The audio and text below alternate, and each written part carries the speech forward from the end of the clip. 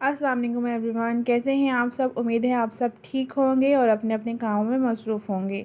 Welcome है आप सबका अनीना रूफ़ गार्डन में। आज मैं आपसे स्नेक प्लांट के बारे में बात करूंगी।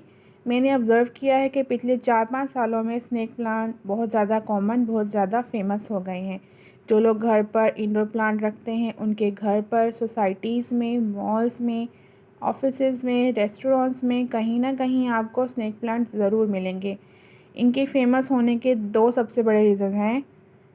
पहला ये कि अगर आप इसको घर पर रखोगे तो ऑक्सीजन का कंसंट्रेशन इंक्रीज़ होता है, एयर प्योरीफाई होती है और रूम में फ्रेशनेस रहती है। और दूसरा एक बहुत बड़ा रीज़न ये है कि अगर आप इसको अपने बेडरूम में रखोगे ना तो आपको कोई प्रॉब्लम होगी और ना ही इस प्लांट को कोई प्रॉब्लम होगी। ये एक बहुत ही हार्डी और बहुत ही स्ट्रॉन्ग प्लांट है अगर आप इसको समझ गए तो। अगर आपको ये समझ में आ गया तो आप एक प्लांट से ना जाने कितने प्लांट्स बना सकते हो फ्री ऑफ कॉस्ट। लेकिन अगर आपको ये समझ में नहीं आया तो ये प्लांट इतनी दिक्कत करता है कि कुछ भी हैंडल नहीं होता। सबसे बड़ी प्रॉब्लम तो ये आती है कि ये प्लांट बढ़ क्यों नहीं रहा। महीनों से इसमें सिर्फ 2 ही पत्तियां हैं। और दूसरी सबसे बड़ी प्रॉब्लम ये आती है कि प्लांट अच्छा खासा चल रहा था, सब कुछ ठीक था और अचानक से पत्तियां गलने लग गई, पत्तियां गिरने लग गई और कुछ भी कर लो ये प्लांट ठीक नहीं होता। तो इस वीडियो में मैं आपको स्नेक प्लांट की A to Z इंफॉर्मेशन दूंगी। स्नेक प्लांट को नर्सरी में भी स्नेक प्लांट ही बोलोगे, ये इसी नाम से जाना जाता है। जो इसकी जो पत्तियां हैं ना, इनकी बनावट कुछ ऐसी होती है, ऊपर से फन जैसी, इसलिए इसका जो नाम है स्नेक प्लांट है। दूसरी चीज़, जब आप इसको नर्सरी से लेने जाओगे तो ये 100 से 200 रुपये तक मिल जाएगा। बहुत अगर अच्छा प्लांट है, हेल्दी प्लांट है, उसमें बहुत घना है तो 250 तक भी मिल जाएगा। वैसे तो मैंने सुना है इस प्लांट की बहुत सी वैरायटीज़ होती हैं, 60 से 70 या इससे ज़्यादा इसकी वैरायटीज़ हैं और मैंने तो कुछ 7 से 8 वैरायटीज़ देखी हैं और मेरे पास फ़िलहाल एक ही वैरायटी है और मेरा इरादा है मज़ीद वैरायटीज़ मैंने ऐड करनी है अपने गार्डन में स्नेक प्लांट्स की।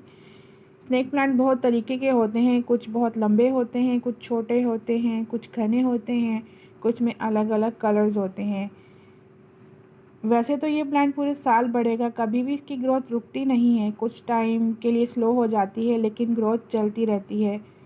इसके लिए आइडियल टेम्परेचर, जिसे हम परफेक्ट टेम्परेचर कहते हैं, वो है 50 डिग्री से लेकर 35 डिग्री सेल्सियस के बीच में। टेम्परेचर जब ज़्यादा होता है इसकी स्पीड थोड़ी स्लो हो जाती है और टेम्परेचर जब डाउन होता है तो इस प्लांट को हमें अंदर रखना होता है कि इस पर ओस ना पड़े। अगर कोई बहुत घना प्लांट है, हैवी प्लांट है और वो बाहर रखा हुआ है सर्दी में भी, तो ऐसा नहीं है कि वो प्लांट ख़त्म हो जाएगा या मर जाएगा। मरेगा नहीं, कुछ पत्तियां उसकी गल जाएंगी, ख़राब हो जाएंगी, लेकिन ये प्लांट अपने आप को रिकवर कर लेता है। जैसे जैसे आगे मौसम चेंज होता है ये प्लांट ठीक हो जाता है। इस प्लांट को मार्च से लेकर अक्टूबर तक कभी भी ख़रीद सकते हो।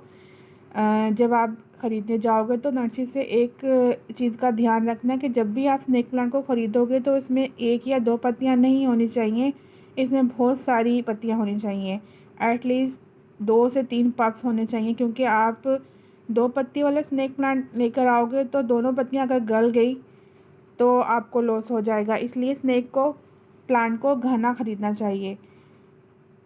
और अब बात करते हैं इसे रखना कहाँ है। आप इसको 3 जगह पर रख सकते हो। पहला ये medium light area. Medium light area एक ऐसा लाइट एरिया होता है जहाँ पर अच्छी खासी रोशनी होती है। ऐसा नहीं कि बहुत ज़्यादा चकाचौंध रोशनी होती है, लेकिन अच्छी रोशनी होती है कि आप लाइट के बगैर भी काम कर सकते हो। और दूसरा है ब्राइट लाइट एरिया, कि ऐसा रूम जहाँ पर बहुत अच्छी रोशनी है उसमें इसको आप रख सकते हो।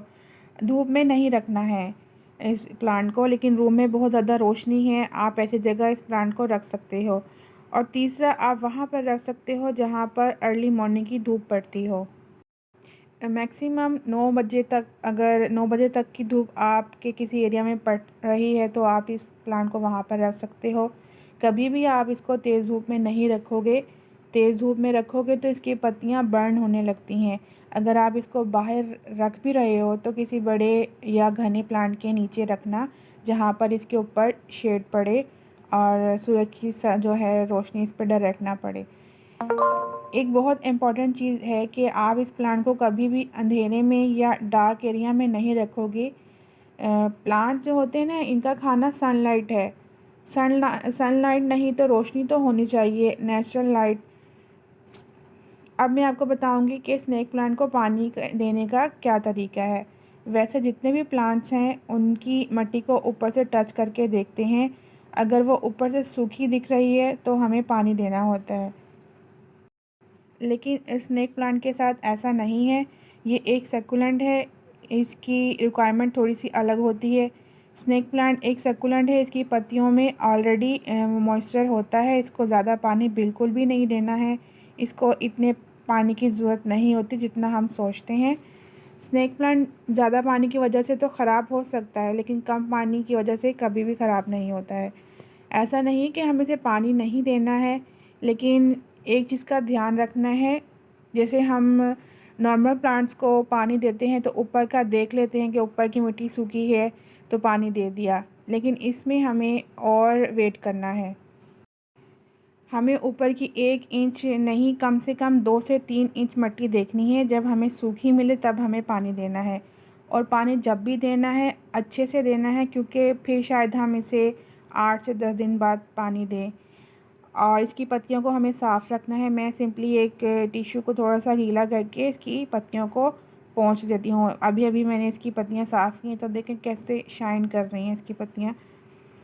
स्नेक प्लांट को हमें घना कैसे बनाना है, इसके लिए हमें देना पड़ेगा इसको फर्टिलाइज़र। इस प्लांट को हमें कोई भी हैवी या स्ट्रॉन्ग फर्टिलाइज़र देने की कोई ज़रूरत नहीं होती, क्योंकि ये प्लांट ना तो फ्लावर्स देता है, ना फ्रूट्स, और ना ही इसकी कोई घनी पत्तियाँ होती हैं। इस प्लांट को मैं साल में 3 बार फर्टिलाइज़र देती हूँ। तो अभी जैसे फरवरी में मैं इसको देती हूँ कावडंग फर्टिलाइज़र। अभी जैसे जुलाई है तो मैं इसको दूँगी वर्मी कंपोस्ट ही, और नवंबर में देती हूँ इसको सरसों की खली का फर्टिलाइज़र। इस प्लांट को रूट बॉर्न होना पसंद है। जब इसकी जड़ें फैलती हैं, बढ़ती हैं, तब जड़ों से ही छोटे छोटे बेबी प्लांट निकलते हैं। अगर आपने इसको बहुत बड़े पॉट में शिफ्ट किया तो इसको पहले तो अपनी जड़ें फैलाने में टाइम लगेगा, काफ़ी ज़्यादा टाइम ले लेगा ये प्लांट। और धीरे धीरे जब इसकी जड़ें फैलेंगी उसके बाद इसमें से पफ्स निकलेंगे। तो हमें ऐसा लगता है कि इस प्लांट की जो है बढ़ नहीं रहा है, इसकी ग्रोथ स्लो है, तो हमें जो है इस प्लांट को हमेशा छोटे पॉट में लगाना चाहिए। जब वो प्लांट जो पॉट है वो पप से भर जाए फिर हम उनको सेपरेट करना चाहिए, उनको शिफ्ट करना चाहिए दूसरे पॉट में। स्नेक प्लांट की जो मिट्टी है वो दूसरे प्लांट से थोड़ी अलग होती है। तो इसकी मिट्टी बनाने के लिए हमें जितनी मिट्टी ली है इतनी ही हमें कंपोस्ट लेनी है। कंपोस्ट में कोई भी कंपोस्ट ले सकते हैं, और जितनी हमें मिट्टी ली है उसका दुगना हमें सैंड लेना है। रिवर सैंड को डालने से मिट्टी भुरभुरी हो जाएगी, और जो स्नेक प्लांट है उसको ठहरा हुआ पानी बिल्कुल भी पसंद नहीं है। तो जितने भी हम मिट्टी बना रहे हैं इसमें 50% सैंड होगी, 25% मिट्टी होगी, और 25% कंपोस्ट होगी। अगर आप चाहते हो तो थोड़ी सी नीम की खली भी इसमें ऐड कर सकते हैं, क्योंकि उससे फंगस नहीं लगता और ना ही कीड़े होते हैं सॉइल में।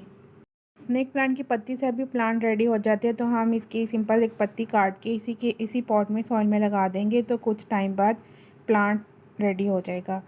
तो उम्मीद करती हूँ फ्रेंड्स आपको मेरी वीडियो पसंद आई होगी। अगर मेरी वीडियो पसंद आई है तो मेरी वीडियो को लाइक कीजिएगा, शेयर कीजिएगा और सब्सक्राइब कीजिएगा मेरे चैनल को।